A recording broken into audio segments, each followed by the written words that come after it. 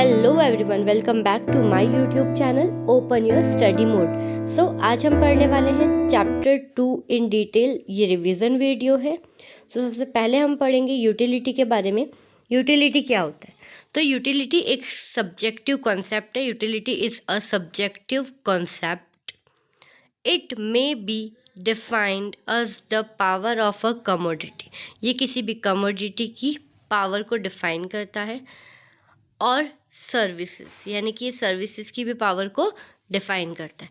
To satisfy human wants, जिससे human की जो वांट्स है उसको सेटिस्फाई किया जा सके। ठीक है। It relate to the inner sentiments and emotion, ये हमारे इमोशंस और सेंटिमेंट्स से रिलेटेड होता है। अब हम पढ़ेंगे ऑथर डेफिनेशन। तो होप आपको ये मीनिंग क्लियर होगा कि ह्यूमन वांट्स को सेटिस्फाई करता है। अगर हम सिंपल वर्ड्स में कहें तो यूटिलिटी वही होती है। वैग की डेफिनेशन है और ब्रिक्स की डेफिनेशन है। वैग, utility is the capacity of a commodity to satisfy human wants. Utility एक कैपेसिटी होती है कमोडिटी की, ताकि वो ह्यूमन वांट्स को सेटिस्फाई कर सके। ठीक है। ब्रिक्स की क्या डेफिनेशन है? Utility is the measure of satisfaction. ये एक ऐसा मेज़र है जो सेटिस्फेक्शन को मेज़र करता है कि कितना सेटिस्फेक्शन मिला किसी भी कमोडिटी को कंज्यूम करने के बाद।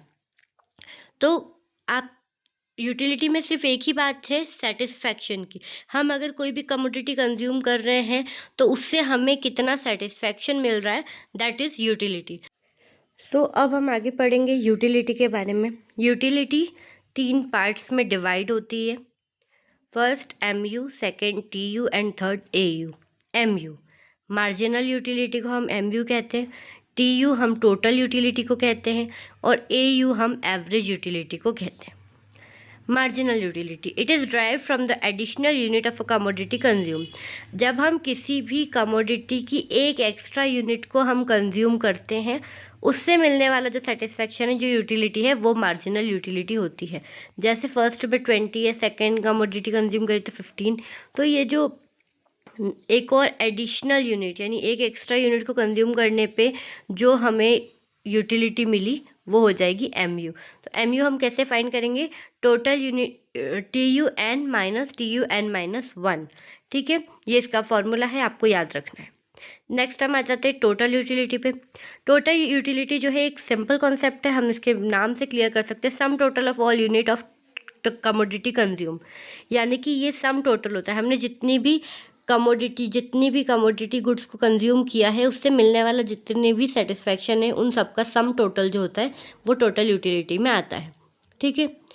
नेक्स्ट आ जाते हैं AU, यानी कि एवरेज यूटिलिटी। एवरेज यूटिलिटी जो है वो डिवाइड करने पे आती है। किसको किससे डिवाइड करते हैं हम? टोटल यूटिलिटी को हम डिवाइड करते हैं नंबर ऑफ यूनिट कंज्यूम्ड से। इसका एक छोटा सा हम एग्जांपल देख लेते हैं। जैसे कि टोटल यूटिलिटी में से अगर मैंने 50 लिया है, उसके सामने नंबर ऑफ यूनिट कंज्यूम तो 5th यूनिट पे था, हम इसको डिवाइड करेंगे तो 10 आएगा। That is the average utility. ठीक है, होप आपको क्लियर हुआ होगा। नेक्स्ट टॉपिक है हमारा law of diminishing marginal utility. Law of diminishing marginal utility क्या होता है?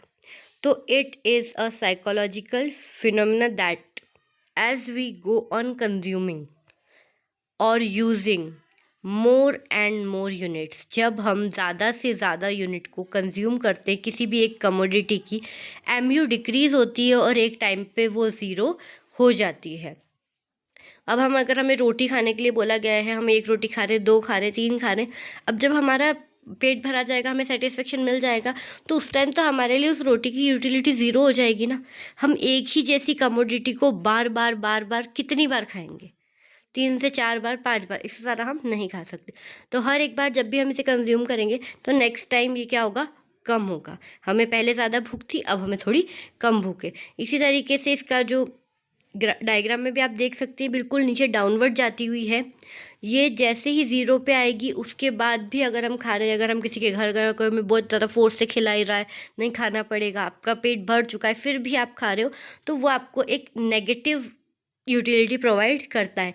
क्यों? क्योंकि आप फुल्ली सेटिस्फाइड हो, लेकिन फिर भी आप खा रहे हो, जस्ट बिकॉज आपको प्रेशराइज किया जा रहा है कि खा लीजिए, गेस्ट हैं तो आपको फोर्स कर रहे हैं रिलेटिव्स वगैरह। तो ये जो है ज़ीरो होने के बाद धीरे धीरे ये नेगेटिव में चली जाती है।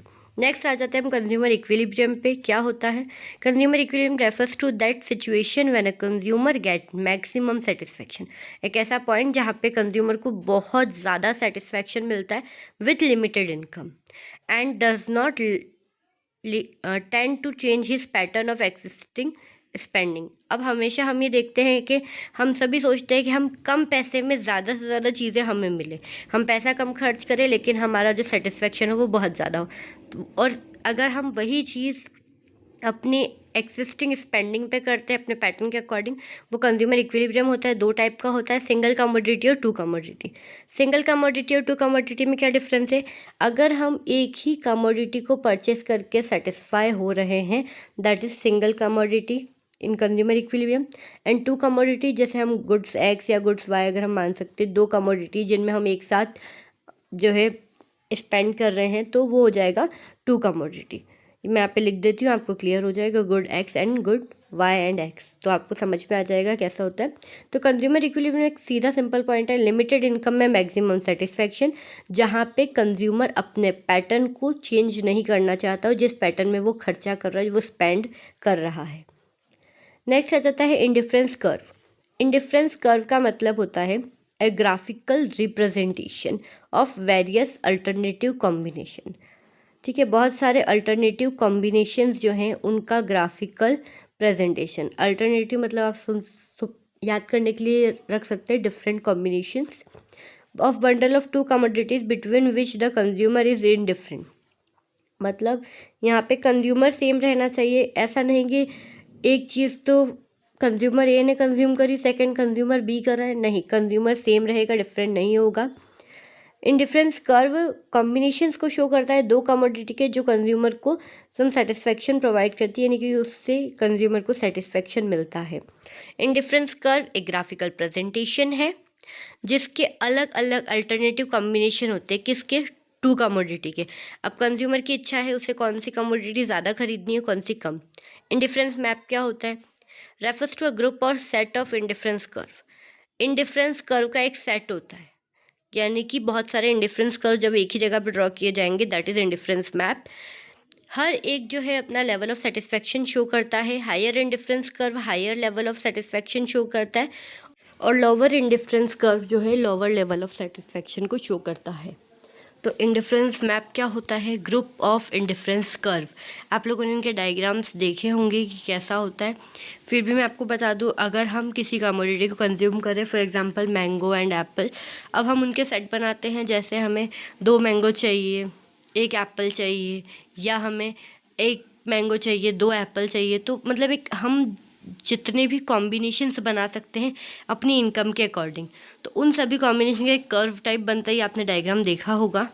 तो इस डायग्राम में एक जब कर्व बनेगा तो वो इंडिफरेंस कर्व होगा, लेकिन जब एक से ज़्यादा कर्व बनते हैं, ग्रुप ऑफ कर्व होते हैं दो गुड्स के, दो कमोडिटीज़ के, तो वो क्या हो जाता है? वो हो जाता है indifference map.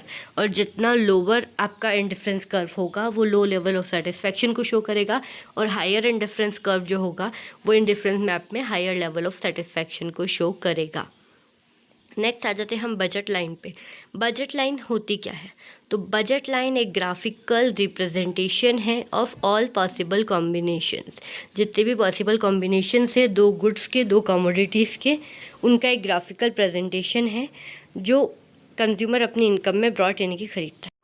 Hopefully budget line का मीनिंग आपको क्लियर हो गया होगा। जब दो गुड्स को कंज्यूमर खरीदता है, उसके जितने भी पॉसिबल कॉम्बिनेशन होते हैं उनका ग्राफिकल प्रेजेंटेशन जो होता है वो कहलाता है बजट लाइन। जैसे कि good X and good Y, ठीक है, एक्स और वाई दो गुड्स हैं, अब उनकी कितनी यूनिट कंज्यूमर खरीदता है यानी कि परचेस करता है। अगर कोई भी कंज्यूमर 7 यूनिट जो है वाई गुड की परचेस करता है और एक्स की 0, तो ये आपका एक कॉम्बिनेशन हो गया। दूसरा हो गया 6 और 1 का, थर्ड हो गया 4 और 2 का, नेक्स्ट हो गया 2 और 4 का। इस टाइप से ये सारे कॉम्बिनेशंस जो हैं बने हैं 6 1 4 2 2 4। तो ये क्या है? ये जो वो कॉम्बिनेशंस 2 3 एंड 0 4, ये सारे वो कॉम्बिनेशंस हैं जो ये बताते हैं कि बजट लाइन एक पूरी जो स्ट्रेट लाइन जा रही है, that is called the budget line. तो आपको ये ध्यान होना चाहिए, जितने भी कॉम्बिनेशंस बनेंगे एक लाइन में जब हम उनसे ग्राफिकली प्रेजेंट करेंगे, that is budget line. Budget set क्या होता है? बजट सेट होता है, budget set is the collection of all combination of two commodities which consumer can afford with his given income at prevailing market price। यानी कि जब consumer अपनी income से अफोर्ड कर पाता है टू कमोडिटी के कॉम्बिनेशन को, उन सभी कलेक्शंस को कहा जाता है बजट सेट, वो भी मार्केट प्राइस के अकॉर्डिंग।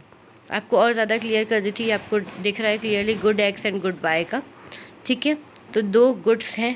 अब ये जो लाइन है ये तो हमने अभी ऊपर पढ़ी, जितने भी पॉसिबल कॉम्बिनेशन है दैट इज़ बजट लाइन, वो बजट लाइन है, एक प्रॉपर कॉम्बिनेशन है। अब अगर कंज्यूमर सोच रहा है कि मुझे एक कॉम्बिनेशन लेना है, जैसे 2 और 1 का है, 2 यूनिट इस गुड्स की लूँगा, इस गुड की 1 यूनिट लूँगा और बाकी जो बचेगा उसको मैं सेव करके रखूँगा। आजकल यही होता है कि हम लोग क्या करते, सोचते कि हमें हमारा अमाउंट, हमारा जो पैसा है, जो इनकम है, वो हमें बचा के रखनी है ताकि इन फ्यूचर हमें जब भी ज़रूरत पड़े हम उसका यूज़ कर सकें। तो बजट सेट मतलब बजट को अपने अकॉर्डिंगली सेट करना, उस तरीके से जब आप एक कॉम्बिनेशन तो ले रहे हो लेकिन उस कॉम्बिनेशन के साथ जो बाकी जो पैसे हैं उनका आप सेव कर रहे हो, ठीक है। नेक्स्ट आ जाता है मोनोटोनिक प्रेफरेंसेस। मोनोटोनिक प्रेफरेंसेस क्या होता है? तो monotonic preferences refers to the situation that consume of more commodities means more satisfaction। अब मोनोटोनिक प्रेफरेंस मतलब होता है जब हम किसी भी कमोडिटी को ज़्यादा कंज्यूम करते हैं तो हमें ज़्यादा सेटिस्फेक्शन मिलता है। तो consumer always gives preference to the combination which has either more of both commodities or more of at least 1 commodity. अब कंज्यूमर या तो किसी दोनों कमोडिटी को ज़्यादा कंज्यूम करेगा या किसी एक कमोडिटी को, लेकिन कभी भी वो किसी भी कंजप्शन में जब वो कंज्यूम कर रहा है कमोडिटी को, उसमें कभी भी वो कमोडिटी को लेस यानी कि कम नहीं करेगा। उसे दोनों कमोडिटी चाहिए, या तो एक ज़्यादा होनी चाहिए या 2, लेकिन लेस यानी कम कभी नहीं होनी चाहिए। नेक्स्ट आ जाते हैं MRS, marginal rate of substitution. क्या होता है ये? तो MRS means the rate at which the commodities can be substituted with each other. जब कोई भी कमोडिटी किसी दूसरी कमोडिटी से सब्स्टिट्यूट कर दी जाती है ताकि टोटल सेटिस्फेक्शन जो है कंज्यूमर का चेंज ना हो।